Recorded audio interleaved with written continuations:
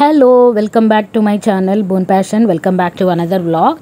స్టార్టింగ్లోనే మీకు ఆనియన్స్ ఇవన్నీ కట్ చేసినవి అన్నీ కనిపిస్తున్నాయి కదా. ఇవేంటంటే ఈరోజు సండే. యాక్చువల్లీ చూసారు కదా నిన్నటి వ్లాగ్. మేము శారీ షాపింగ్కి అయితే వెళ్ళొచ్చున్నాము. శారీ షాపింగ్ వెళ్ళిన తర్వాత ఇది ఆ నెక్స్ట్ డే అనమాట. ఆ నెక్స్ట్ డే సండే. సో ఇక అందుకని ఇంట్లో మా తమ్ముడు బిర్యానీ ప్రిపేర్ చేస్తున్నాడు. మామూలుగా జనరల్లీ మేము అందరం ఇంట్లో ఉన్నప్పుడు ఏంటంటే చిన్న చిన్నవి గిన్నెలు మాకు సెట్ కావు, ఎందుకంటే మాది ఒక పెద్ద హాస్టల్ టైప్. సో కంపల్సరీ పెద్ద గిన్నెలు వాడాల్సిందే. అండ్ మా తమ్ముడు అయితే మంచి కుక్ అండి, మంచి వెరైటీ రెసిపీస్ అయితే చేస్తాడు. పర్టికులర్లీ బిర్యానీస్లో ఫేమస్ అనమాట. సో తనైతే ఈరోజు కుక్ చేస్తున్నాడు. ఈరోజు మా మమ్మీకి అయితే కొంచెం రిలాక్సింగ్ టైం ఇచ్చేద్దాం అనుకున్నాము. మా తమ్ముడేమో కుక్ చేస్తున్నాడు, ప్రశాంతి వచ్చేసి హెల్ప్ చేస్తుంది, నేనేమో కామ్గా వీడియో తీసుకుంటున్నా. సో ఈ పెద్ద స్టవ్ వచ్చేసి మా తమ్ముడు బెంగళూరు నుంచే తీసుకొని వచ్చేటప్పుడు లాస్ట్ టైమే తీసుకొని వచ్చాడు అనమాట. ఇలా ఎప్పుడైనా మేము కుక్ చేసుకోవాలంటే గ్యాస్ స్టవ్ మీద చుట్టూతా అన్ని వైపుల నుంచి కూడా మనకి హీట్ రాదు కదా, ఆ ఫ్లేమ్ రావట్లేదు. సో పెద్ద స్టవ్లో అయితే ఇట్లా పెద్ద డేక్షాలకి బాగా సెట్ అవుతుంది అని చెప్పి ఇది తీసుకొచ్చాడు అనమాట. సో ఇక్కడైతే క్యాష్యూస్ అవి ఫ్రై చేస్తున్నాడు. అండ్ దీని తర్వాత ఆనియన్స్ కూడా ఫ్రై చేసి నెక్స్ట్ ఇక దమ్ బిర్యానీ మీకు చాలామందికి తెలిసే ఉంటుంది. నేను యాక్చువల్లీ మొత్తం ప్రాసెస్ అంతా షూట్ చేద్దాం అనుకుని ఇది స్టార్ట్ చేశాను షూట్ చేయడము. మధ్యలో డైవర్ట్ అయిపోయాను, అంత ఓపిక లేక అంతసేపు అక్కడ నుంచోలేక నేను మళ్ళీ పక్కకి వెళ్ళిపోయాను అనమాట. దీని తర్వాత ఒక 2 డేస్కి జిజ్జుది ఓణీల్ ఫంక్షన్ ఉంది. సో అందుకని చెప్పి మామూలుగా అయితే ఫస్ట్ ఎందుకులే నాన్ వెజ్ కుక్ చేసుకోవడం అని అనుకున్నాము, ఎలాగూ ఇంకా వరుసగా అదే తింటాం కదా అని. బట్ మళ్ళీ అందరం ఉన్నాం కదా, మా తమ్ముడు చేసిన దమ్ బిర్యానీ తిని చాలా రోజులు అయింది అనుకున్నాము. సో అందుకని మా బ్రదర్ కుక్ చేశాడు ఆ రోజు దమ్ బిర్యానీ. నీట్గా చాలా టేస్టీగా వచ్చింది, నాకు బాగా నచ్చింది. సో ఇక్కడైతే ఆనియన్స్ అన్నీ ఫ్రై చేస్తున్నాడు. మీ అందరికీ తెలిసే ఉంటుంది కదా దమ్ ప్రాసెస్. ముందు ఆనియన్స్ని ఫ్రై చేస్తారు, ఆ తర్వాత కొంచెం చికెన్ని హాఫ్ కుక్ చేసుకొని సేమ్ అలానే బాస్మతి రైస్ని హాఫ్ బాయిల్ చేసుకొని తర్వాత దమ్ పెట్టేసుకుంటారు అన్ని లేయర్స్గా ఫామ్ చేసుకొని. సో ఆ ప్రాసెస్ అయితే ఇక్కడ చేస్తున్నాడు. మీన్ వైల్ ఇక్కడ హాల్లో ఏం జరుగుతుందో చూద్దామని వస్తే వీడు బుడ్డు మొత్తం టీవీ చూస్తూ కూర్చున్నాడండి. వీడికి ఇంక ఇదే పని అయిపోయింది. మార్నింగ్ లేచిన దగ్గర నుంచి కార్టూన్ చూస్తూనే ఉంటాడు. వాడికి అది పెడితే ఇంకా ఎవరిని కదిలించకుండా వాడి పాటికి వాడు హ్యాపీగా ఎంజాయ్ చేసుకుంటూ ఉంటాడు. సో ఇంకా ఫంక్షన్ వస్తుంది కదా, మా ఇంట్లో ఎక్వేరియం ఉంది. అది నా ఫస్ట్ వ్లాగ్స్ చూస్తున్న వాళ్ళందరికీ తెలిసే ఉండుంటుంది. చాలా పెద్ద ఎక్వేరియం. ఈ ఎక్వేరియంలో ఏంటంటే ఎప్పటి నుంచో ఎక్కువ చేపలు లేవు, ఫిషెస్ ఎక్కువ పెట్టలేదు, ఒక 2-3 ఫిషెస్ మాత్రమే ఉన్నాయి. సో ఇంకెలాగూ ఫంక్షన్ వస్తుంది కదా అని చెప్పి ఊరికే స్వీటీ చాలా చిన్న ఫిషెస్, గోల్డ్ ఫిషెస్ అవన్నీ తీసుకొని వచ్చి ఎక్వేరియం అయితే క్లీన్ చేసి నీట్గా నింపింది. అండ్ ఇక్కడ బుడ్డుగాడేమో హ్యాపీగా ఎంజాయ్ చేసుకుంటున్నాడు. అండ్ మా తమ్ముడు వాళ్ళైతే ఇంకా ఆల్మోస్ట్ బిర్యానీ ప్రాసెస్ అయితే అయిపోయింది. రైస్ అంతా కుక్ చేసేసి లేయర్స్గా ఫామ్ చేస్తున్నారు ఇప్పుడు. సో ఇది స్టవ్ మీద పెడదామని ఫస్ట్ అయితే పోయినసారి కుక్ చేసినప్పుడు డైరెక్ట్గా స్టవ్ మీద పెట్టేశారు. సో దానివల్ల ఏమైందంటే అడుగున కొంచెం మాడింది, ఆ గిన్నెకి మొత్తం అడుగునంతా కూడా మాడిపోయింది డైరెక్ట్ ఫ్లేమ్ తగిలేసరికి. సో ఈసారి ఏం చేశాడంటే మన పెనం ఉంటుంది కదా, ఈ దోశలు వేసుకునే ప్యాన్, దాని మీద కొంచెం ఇసుక వేసేసి, ఇది పాత పెనం, ఇది మేము ఇంట్లో యూజ్ చేసేది కాదు. సో ఒకటి యూజ్ చెయ్యనిది పాతది అయిపోయింది, ఇంకా నో మోర్ యూసేజ్ అనుకున్నది. దాని మీద అంతా ఇసుక నింపేసి డైరెక్ట్ ఫ్లేమ్ తగలకుండా కుక్ అయ్యేలాగా పెట్టారు. ఇప్పుడు దీని మీద ఆ గిన్నె పెడతారనమాట. కుకింగ్ అనేది కూడా ఒక గిఫ్ట్, ఒక ఆర్ట్ లాంటిది. అది అందరికీ రాదు, చేతి వాటం అంటారు కదా, అవి కొంతమందికి ఆ టేస్ట్ అనేది, మీరు అదే ప్రాసెస్లో చేసినా కానీ టేస్ట్ అనేది అందరికీ కూడా ఒకటేలాగా రాదు. ఫర్ ఎగ్జాంపుల్ ఇప్పుడు దమ్ బిర్యానీ మా తమ్ముడు చేసినట్టుగా నాకు వేరే ఎవరు చేసినా నాకు నచ్చదు.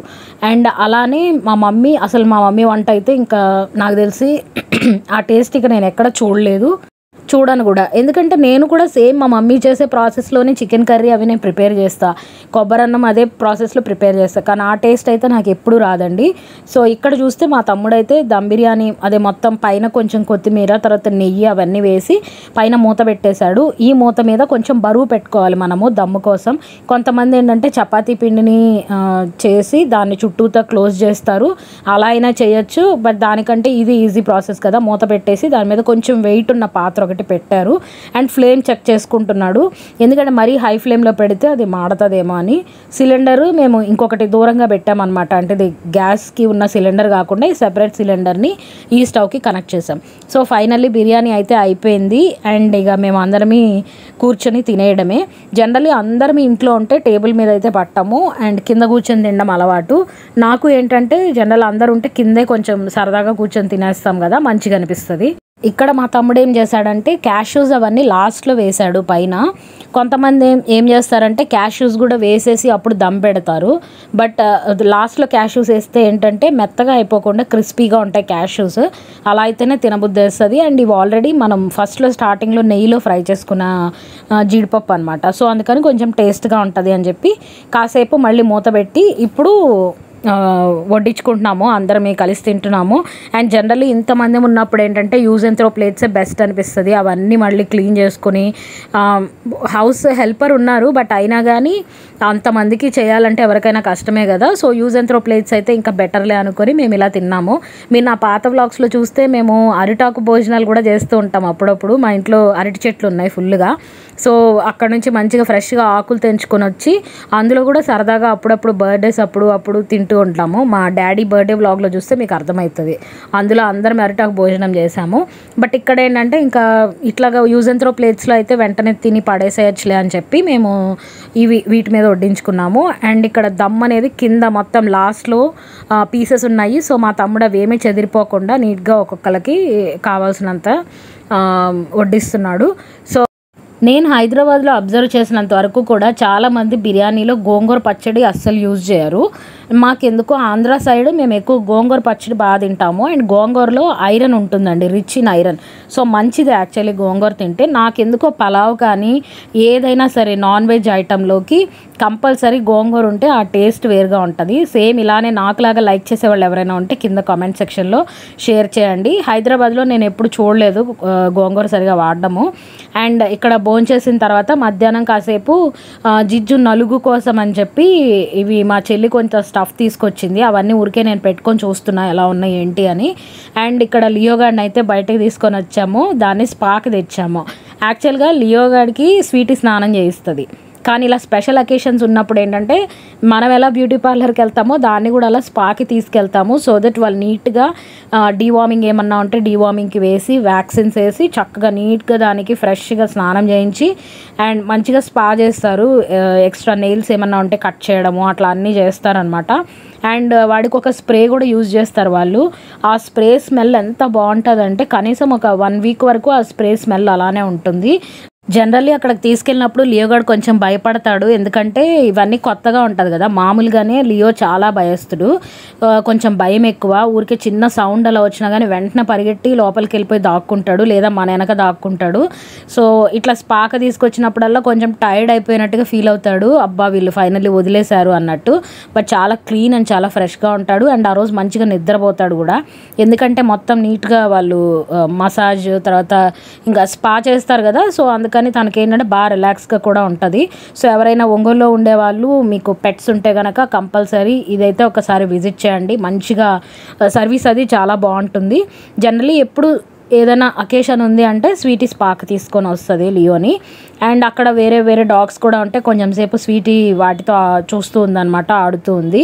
అండ్ ఇక్కడ నుంచి మేము స్పా అయిపోయిన తర్వాత లియో గారిని ఇంటి దగ్గర డ్రాప్ చేసి మా చెల్లి వాళ్ళు వచ్చేటప్పుడు ఒక తట్టలు తీసుకొని వచ్చారు. ఆ బుట్టలు వాటిలో ఏంటంటే ఫ్రూట్స్ని అది ప్యాక్ చేసి కొంచెం మనకి హై ప్రొఫెషనల్ గెస్ట్స్ ఎవరైనా ఉంటే వాళ్ళకి ఇన్వైట్ చేసేటప్పుడు చేద్దాము అని చెప్పి అవి పెట్టారనమాట. ఇక్కడ చూడండి వీడు లియో ఫైనల్లీ అయిపోయింది, కానీ ఎప్పుడెప్పుడు నన్ను ఇక్కడ నుంచి కిందకి దింపుతారా, ఎప్పుడెప్పుడు ఇంక ఇంటికి వెళ్ళిపోదామా అన్నంత యాంగ్జైటీ మీద ఉన్నాడు. బట్ ఇలా చేస్తేనే కొంచెం నీట్గా ఉంటుంది. అండ్ ఈ స్పా మెయింటెనెన్స్ కూడా చాలా నీట్గా మెయింటైన్ చేస్తారు, అస్సలు మురికి ఉండదు. అండ్ వీళ్ళ దగ్గర different types of shampoos vaccines, తర్వాత ఇక డాగ్స్కి పెట్స్కి సంబంధించిన ప్రతిదీ వీళ్ళ దగ్గర ఉంటాయి. వన్ ఆఫ్ ద బెస్ట్ ఇది. చూడండి పాపం అది ఎట్లా రొప్పుతున్నాడో, ఎందుకంటే బాగా భయపడతాడు స్పా తెచ్చినప్పుడల్లా. కానీ తప్పదండి, క్లీన్ చేయాలంటే మంచిగా తీసుకొని రావాల్సిందే ఇక్కడికి. ఇందాక నేను చెప్పా కదా, ఫ్రూట్ ర్యాపింగ్ చేయించుకొని తెచ్చింది మా చెల్లి 2 డిఫరెంట్ సైజెస్లో. కొంచెం బాగా ఇంపార్టెంట్ గెస్ట్ అనుకున్న వాళ్ళకి ఇవి ఇచ్చి ఇన్వైట్ చేద్దాము శారీ ఫంక్షన్కి అని చెప్పి.